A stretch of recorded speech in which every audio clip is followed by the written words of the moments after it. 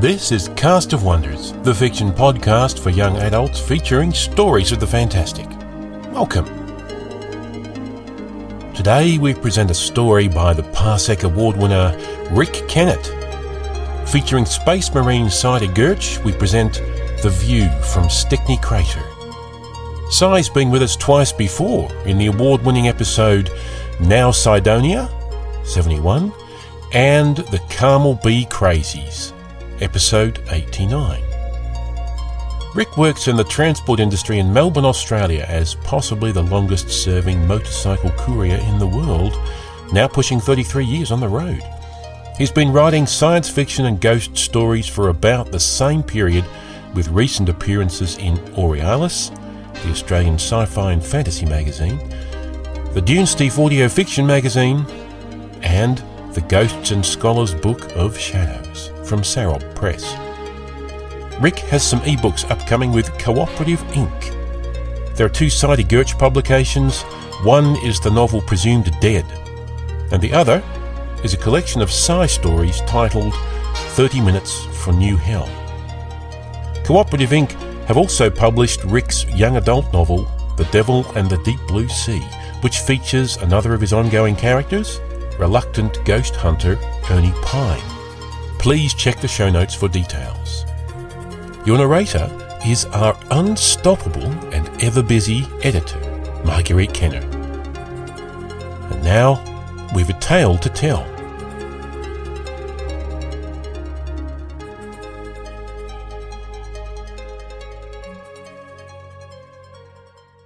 The View from Stickney Crater, a Cider Gurch story by Rick Kennett. 5 minutes later, they were in the airlock, ready to jump.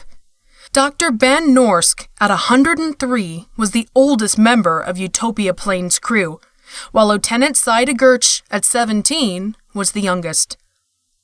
"How's the headache now, Mr. Gurch?" asked Norsk, trying to sound calm over his vac suit's intercom. "Gone," she said. "Should stay that way as long as fire control remains off target." Captain Brown, loud in her helmet earpiece, said, "Cy, do you still hear Wiltshie's voice?" "Yes, sir." "Very well. Go."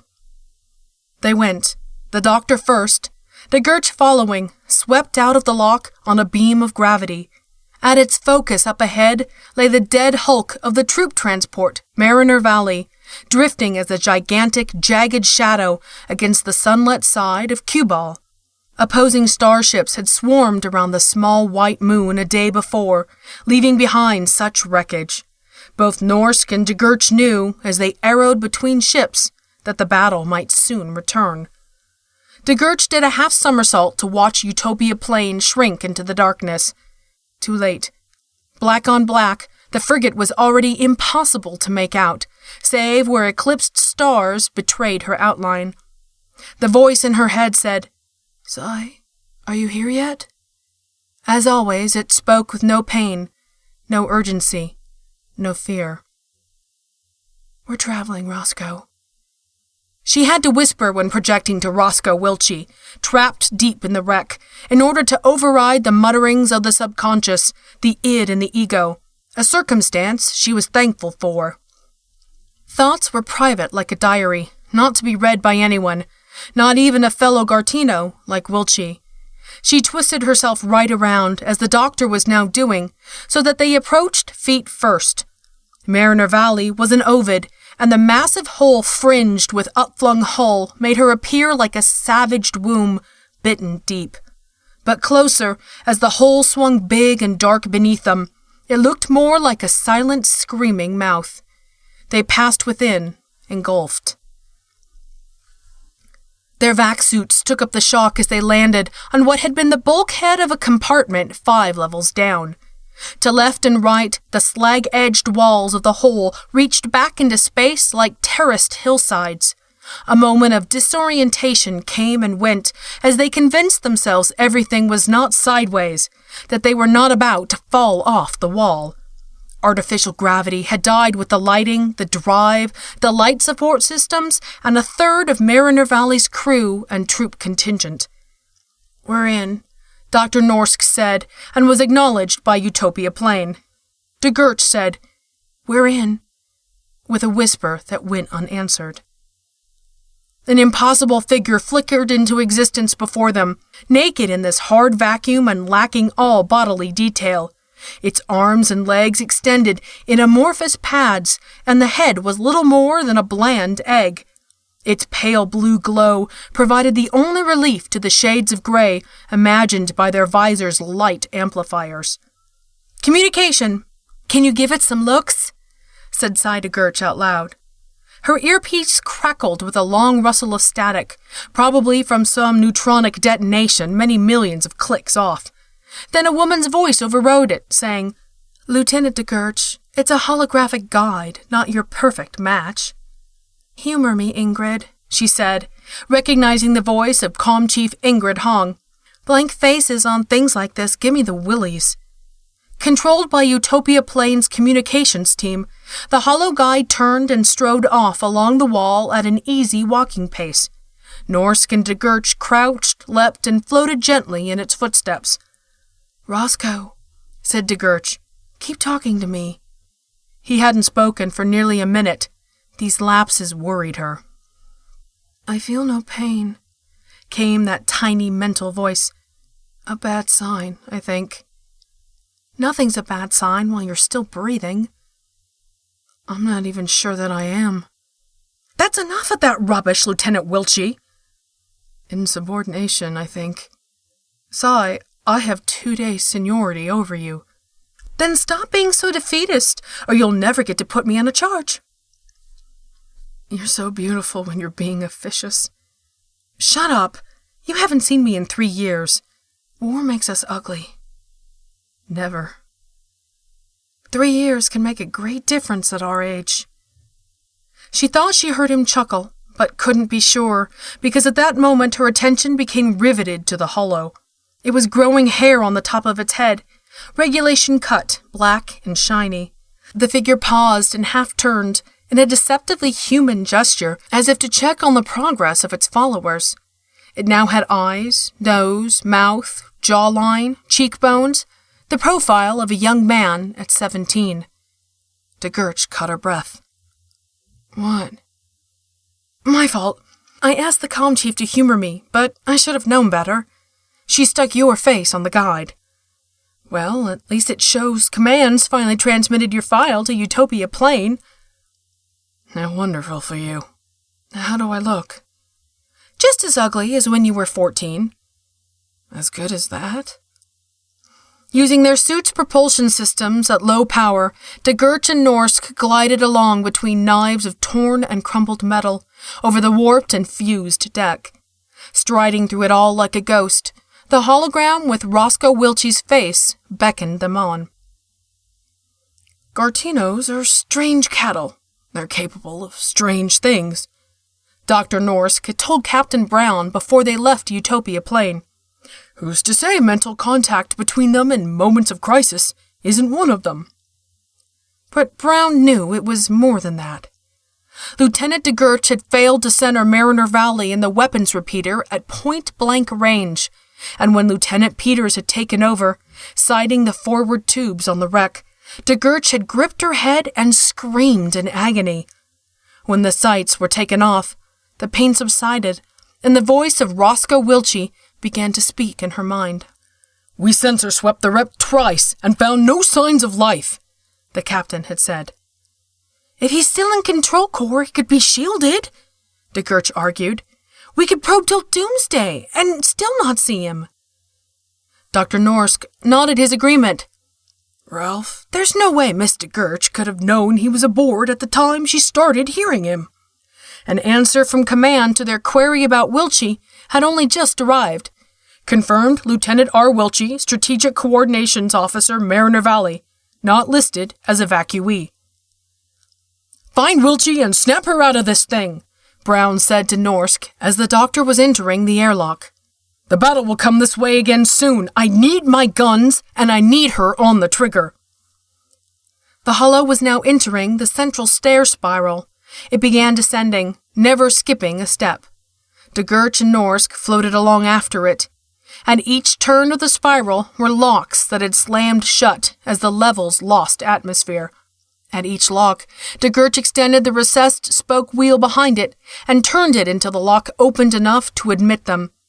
Each time, the hollow was waiting on the other side, always 3 steps below, and smiling as if with superior patience. They dropped past the armory, where laser power packs and neutronic warheads lay, then past the central store, which held enough equipment to supply 10,000 soldiers. 4 levels down, they found an arm.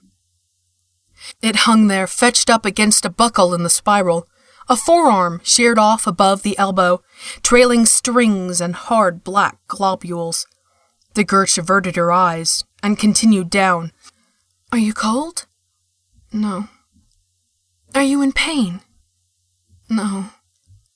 "Do you have trouble breathing?" "No."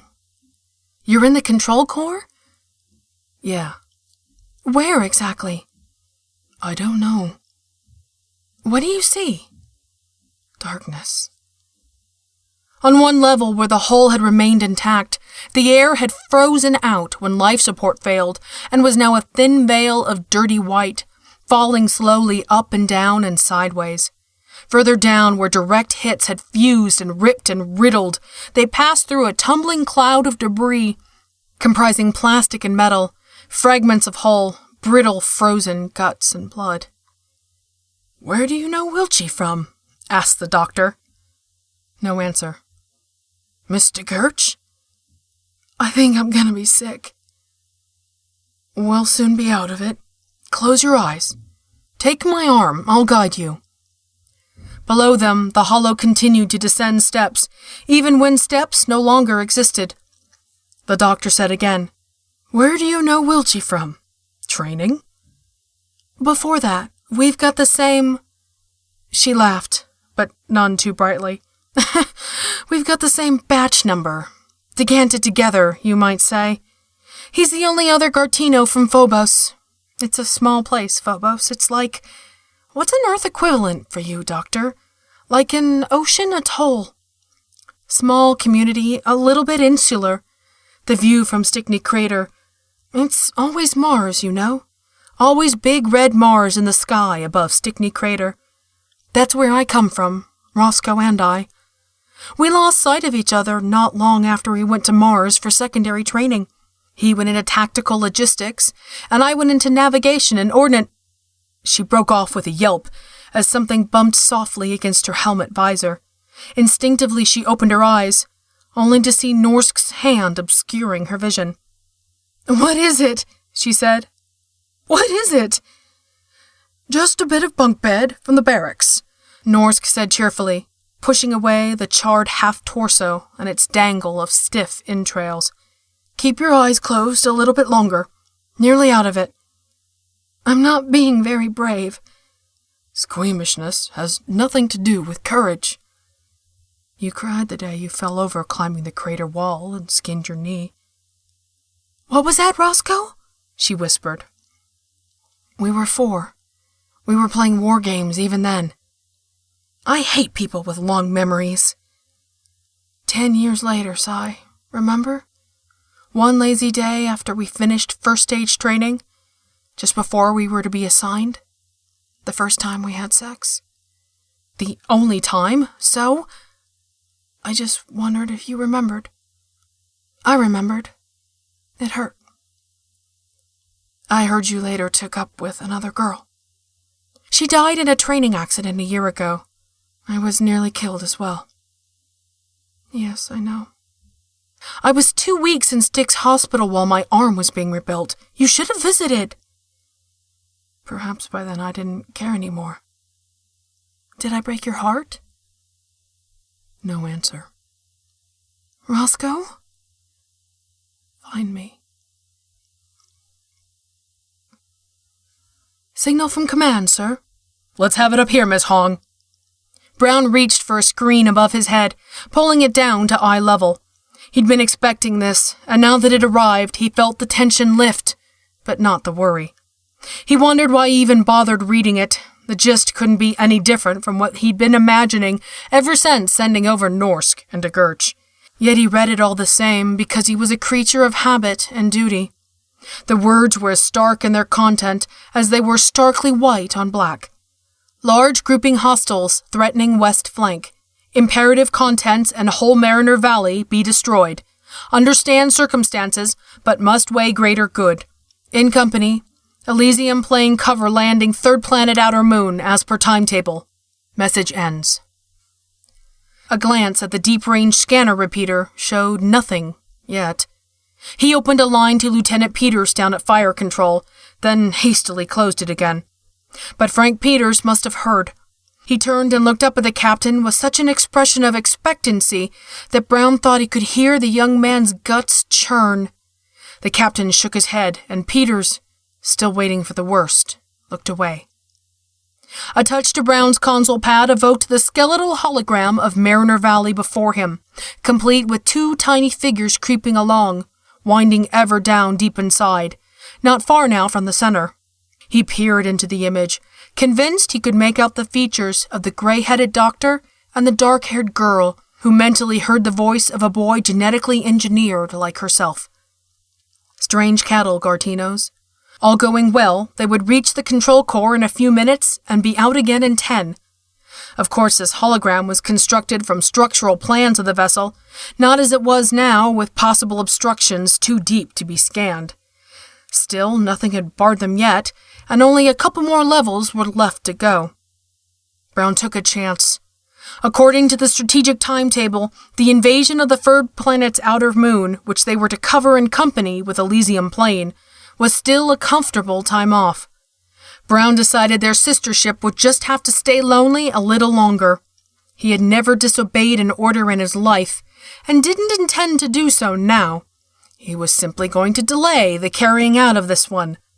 For the moment, he did nothing.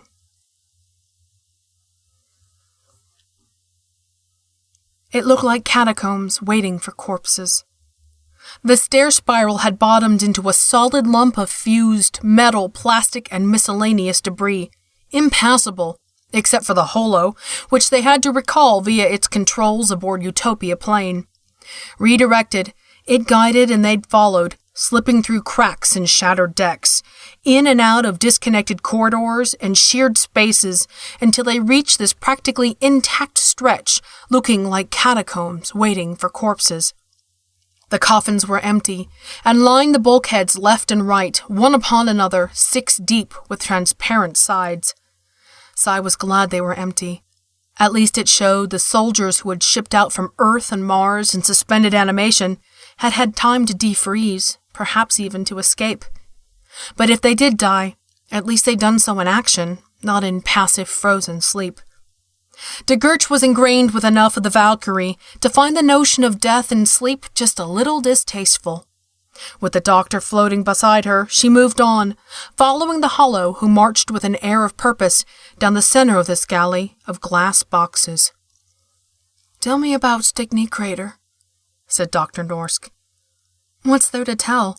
It's a great hole in the face of Phobos, running a kilometer deep, and always has Mars hanging over it. I used to love watching Mars go through its phases every 7 hours or so, seeing the lights of Hesperia, Styx City, and Central Hollis swung by at night. Phobos doesn't rotate, but I suppose you know that." "Yes, like Earth's moon." "Yeah, I've seen pictures of your moon. It's pretty." "Soft, what light through yonder window breaks? It is the east, and Silene is the sun. Arise, fair sun, and kill the envious moon that is already sick and pale with grief." "What?" asked Cy. "Shakespeare." "Who?" Dr. Norsk, who had only heard the what and who, asked, "What's he saying? Is he all right?" "I think he's slipping into delirium. He said he could see lights through a broken window in the east, that I was someone's son and wanted me to kill a moon that was sick and pale." There was a pause. Then Norsk chuckled. "Shakespeare." "Shakespeare? If you'd spent less time mooning around Mars and a bit more on human experience, you wouldn't be here now asking such silly questions as Shakespeare? And if you—" "Yes?" "Nothing." You were about to catalog my failings? I was only going to say you should have applied yourself more to our chief purpose of being. Just as you did. We were bred together, Roscoe. Built together, gene by gene. Logistics? It's a waste of your talents. Anyone can do logistics. Normal people, you mean. What then is our chief purpose of being, Si? As a Gartino, why were we given the talents we have? What is our only reason for existence? Gunnery? Gunnery? Yes! Said Si. Yes!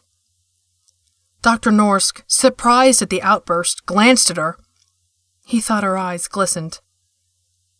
Wiltshire said, I'm sorry I hurt you. Forget it. Look at it this way. I've had no other man since you. I think that's what's known as cold comfort, Si. Did you even think about me? Did you wonder what I was doing these days? Yeah, there were times, she replied, knowing the times had been few and far between. The holo began to flicker, losing definition, reverting to a pale blue thing. Its confident stride became a hesitant shuffle. It's losing the signal from the ship, said Norsk. We must be moving into the shielding that prevented the sensors from finding Wiltshire. A moment later, with radio contact with Utopia Plane little more than a sputter, they caught up with the struggling holo. It stood with its blurring arm outstretched in ushering manner before a closed door marked Control Core. Authorized personnel only. 3 hostiles broken through west flank, believed to be in vicinity cue ball. 10 minutes. Third planet outer moon landing forced forward 2 hours. Confirm Mariner Valley neutralized. Message ends. Brown cursed aloud, attracting glances from control room personnel. The damn enemy couldn't be relied upon for anything, could they? He was hoping they'd remain contained for another hour at least. And Command thought Mariner Valley, her weapons and equipment, were now a shower of metallic meteors raining down in fiery splendor on the frozen surface of cue ball, safely out of enemy hands. Command made some silly assumptions sometimes. Now Brown knew he'd toppled them with a silly gamble. Time to cut the losses.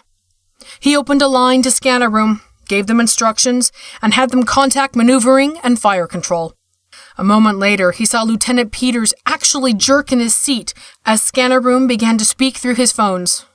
Poor Peters, Brown thought. He's been sitting there sweating on the trigger, waiting for an order he knows he'll have to carry out with an executioner's hand. Worry in the lieutenant's face turned first to puzzlement, then relief, as he heard what he was to do. His voice, still strained, came up the line. Captain, as we're out of radio contact with Lieutenant DeGurch and Dr. Norsk, how will they know to take appropriate action? They'll know, said Brown, which was a lie, and he knew it. This was another gamble, but he liked the odds this time. As Utopia Plane yawned on her gyros and weak eddies of generated gravity shifted her position in respect to Mariner Valley, he said, Feed in target data from scanning room. Mr. Peters, lock in forward laser. Where are you exactly? In the center. Can you see our lasers cutting through? No. Do you see anything? Darkness. Do you feel anything? No. No feeling at all? Said Norsk, when DeGurch passed on what Wiltshire had said. Sounds like complete spiral paralysis. He'll be a delicate case to move in any event. As he said this, their lasers finished cutting through the control core hatch.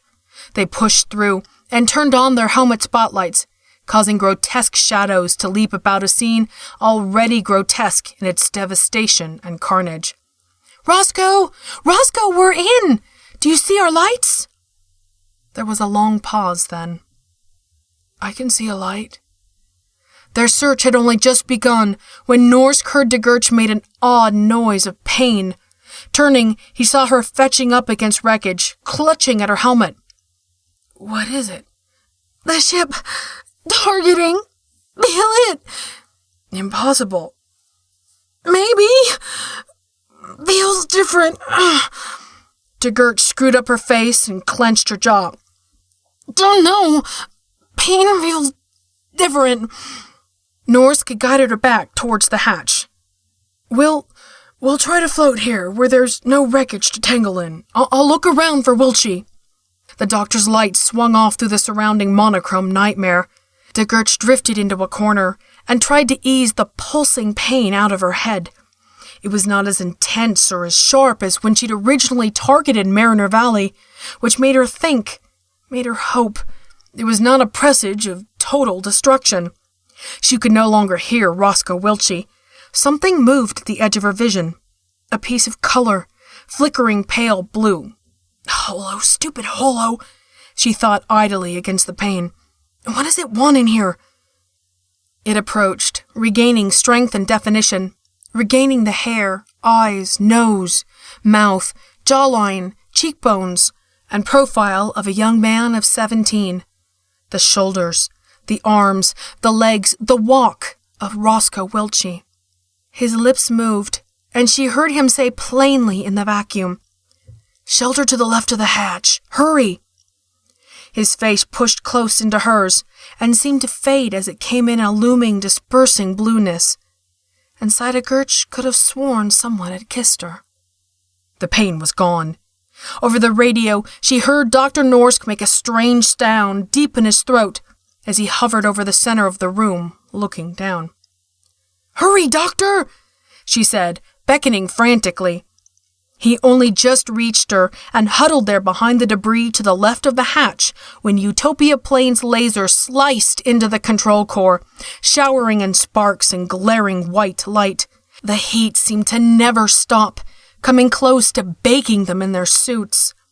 Burnt, skin-blotched, semi-conscious, they were pulled up that white-rimmed tunnel on a gravity beam, rushing towards a darkness outlined in stars.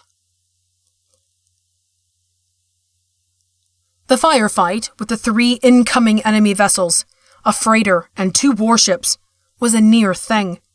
Decelerating, but still with high momentum, they slid into shooting. Utopia Plane pivoted on her gyros. Gravity rings slammed down her hull. She curved away. De Gertz, reviving in the ship's cool air, targeted the enemy in a clear mind, spraying off 2 salvos of neutrino torpedoes, hitting the freighter and sending its escort swinging out in evasive maneuvers.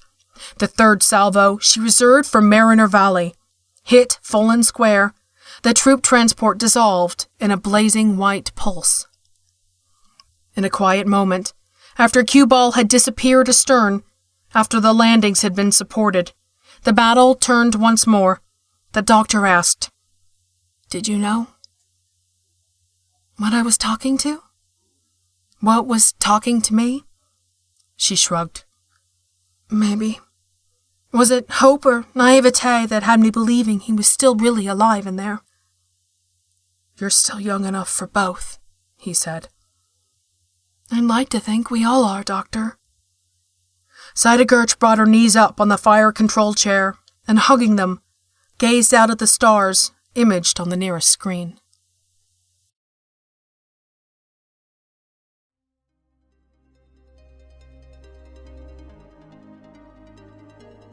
And so ends The View from Stickney Crater. Have you been following our serialised story Camp Myth? It's Chapter 8 this Wednesday, and Felix goes on a tour of Camp Myth led by the golem Loam. Don't miss out. Check the Cast of Wonders website at castofwonders.org/camp-myth. Cast of Wonders is a production of Wolfsbane Publishing. The editor is Marguerite Kenner. The audio producer and host is Graham Dunlop. Artworks by Barry J. Northern. It's released under a Creative Commons Attribution Non-Commercial No Derivatives license. Share it but don't change your salad. Theme is Appeal to Heavens by Alexei Nov from musicalley.com.